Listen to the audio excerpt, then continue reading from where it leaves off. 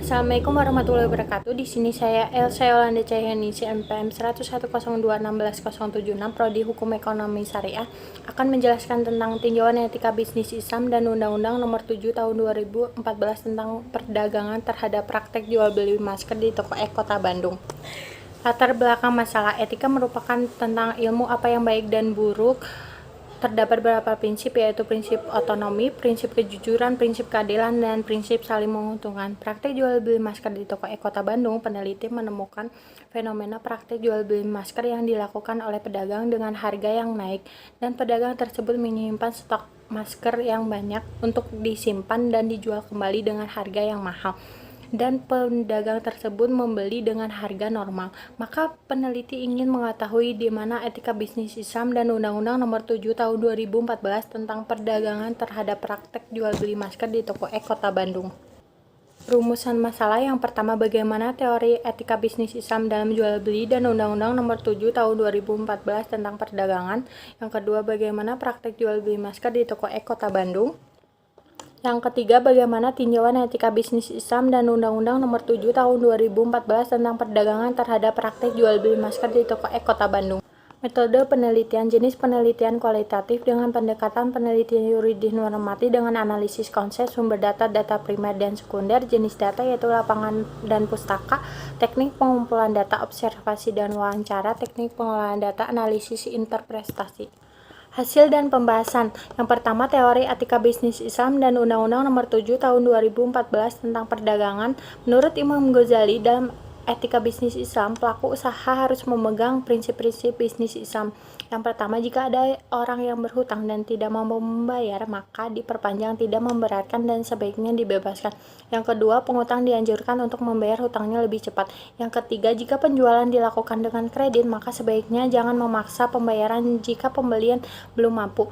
Menurut Undang-Undang Nomor 7 Tahun 2014 tentang perdagangan, Pasal 29 Ayat 1, pelaku usaha dilarang menyimpan barang kebutuhan pokok atau barang penting dalam jumlah dan waktu tertentu pada saat terjadinya kelangkaan, gejolak harga, atau hambatan lalu lintas.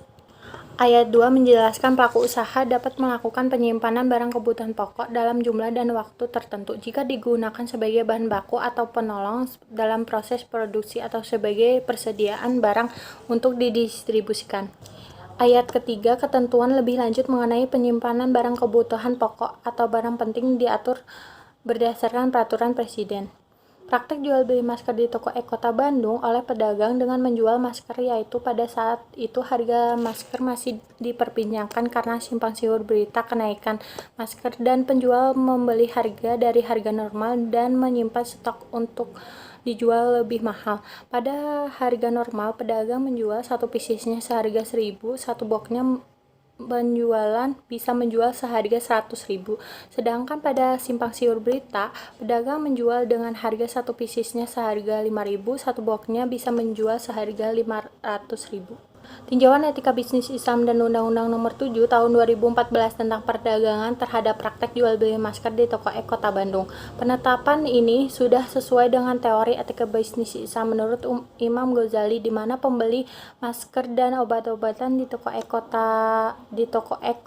Kota Bandung tersebut kebanyakan tetangga. Jika ada orang yang berhutang, maka diperbolehkan oleh penjual karena sudah mengenal orang yang membelinya dan sudah mengetahui di mana tempat tinggal orang tersebut. Tetapi memberi waktu oleh penjual harus membayar hutangnya lebih cepat pada waktu yang ditentukan. Jika pembeli tidak bisa membayar hutangnya tetapi tepat waktu, maka diberi waktu lagi sampai melunasi hutangnya. Menurut Undang-Undang Nomor 7 Tahun 2014 tentang perdagangan, terdapat pada pasal 29 ayat 1, 2, dan 3 terdapat ketidaksesuaian antara teori dan prakteknya, di mana seharusnya pelaku usaha tidak menyimpan barang penting pada saat terjadinya kelangkaan, gejolak harga, dan pedagang tersebut menyimpan stok masker bukan untuk didistribusikan tetapi untuk dijual kembali dengan harga yang mahal. Kesimpulan, praktek jual beli masker di toko Kota Bandung terdapat jual beli yang dilakukan oleh pedagang penjualan dengan menjual masker dengan menaikkan harga pada saat simpang siur berita dengan menyimpan stok masker dan menjual dengan harga satu piecesnya 5.000, di mana harga normalnya satu piecesnya Rp1.000.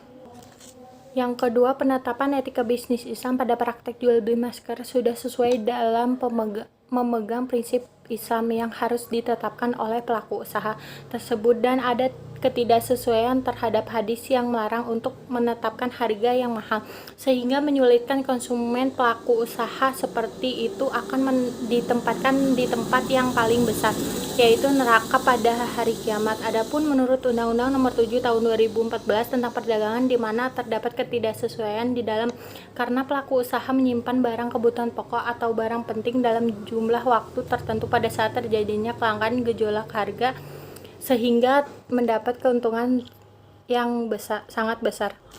Terima kasih, saya akhiri. Wassalamualaikum warahmatullahi wabarakatuh.